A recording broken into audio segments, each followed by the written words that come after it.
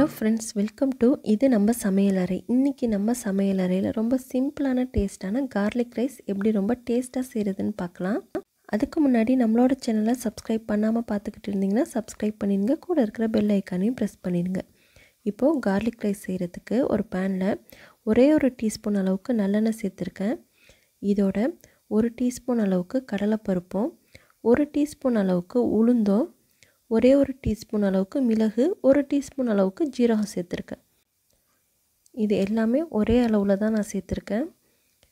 இதோட காரத்துக்கு ஒரே ஒரு காஞ்ச மிளகாய் சேர்த்துருக்கேன். நீங்கள் காரம் நல்லா சாப்பிடுவீங்கன்னா இன்னொரு மிளகா கூட சேர்த்துக்கலாம்.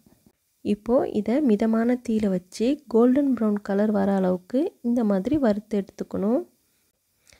இந்த மாதிரி நல்லா வறுத்ததுக்கப்புறமா அதை ஒரு பிளேட்டில் மாற்றிட்டு அதே பேனில் ஒரு 5-6 பூண்டு பல்லை 2 கட் பண்ணிவிட்டு சேர்த்துருக்கேன். முழுசாக சேர்த்துடக்கூடாது, அப்போ ஃபுல்லாக வறுப்படாது. இப்போது இந்த பூண்டும் கோல்டன் ப்ரௌன் கலர் வர வரைக்கும் வறுத்து எடுத்துக்கணும். இன்றைக்கி ஒரு ஃபுல் பூண்டு முழுசாக எடுத்திருக்கேன். அதில் பாதி அளவுக்கு பூண்டை இந்த மாதிரி எண்ணெயில் ஃபஸ்ட்டு வறுத்துக்கிட்டேன். மீதி இருக்கிற பூண்டை நம்ம உரலில் சேர்த்து லைட்டாக தட்டி எடுத்துக்கணும். இப்போ பூண்டை நல்லா புரிஞ்சு வந்துருச்சு. இதையும் ஒரு பிளேட்டில் மாற்றிட்டு இதை நல்லா ஆற வச்சுட்டு அதுக்கப்புறமா அரைச்சி எடுத்துக்கணும். இப்போது இது நல்லா ஆறிடுச்சு. இந்த மாதிரி மிக்சியில் சேர்த்துட்டு நல்லா பவுட்ரு ஆக்கிக்கணும். மீதி இருக்கிற பூண்டையும் இந்த மாதிரி உரலில் சேர்த்து நசிச்சு எடுத்து வச்சுக்கிறேன். இப்போது அடுத்தது ஒரு கடாய் வச்சுருக்கேன். கடாய் நல்லா ஹீட் ஆனதுக்கப்புறமா 2 டேபிள் ஸ்பூன் அளவுக்கு நல்லெண்ணெய் சேர்த்துருக்கேன். ஆயில் நல்லா ஹீட் ஆனதுக்கப்புறமா 1/2 டீஸ்பூன் அளவுக்கு கடுகு சேர்த்துட்டு கடுகு நல்லா பொரிஞ்சதுக்கப்புறமா ஒரே ஒரு காஞ்ச மிளகாவை கிள்ளிட்டு சேர்த்துருக்கேன். உங்களுக்கு வேர்க்கடலை, முந்திரி பருப்புலாம் சேர்க்க பிடிக்கும்னா இந்த ஸ்டேஜில் நீங்கள் இதில் சேர்த்துட்டு எண்ணெயிலே வதக்கி விட்டுக்கலாம். மிளகா லைட்டாக சவந்ததுக்கப்புறமா கொஞ்சமாக கருவேப்பிலையும் ஒரு 10 சின்ன வெங்காயம் போல் பொடிசாக கட் பண்ணிவிட்டு சேர்த்துருக்கேன். முடிஞ்ச அளவுக்கு சின்ன வெங்காயம் சேர்த்து பண்ணுங்கள், அப்போ தான் டேஸ்ட் நல்லாயிருக்கும்.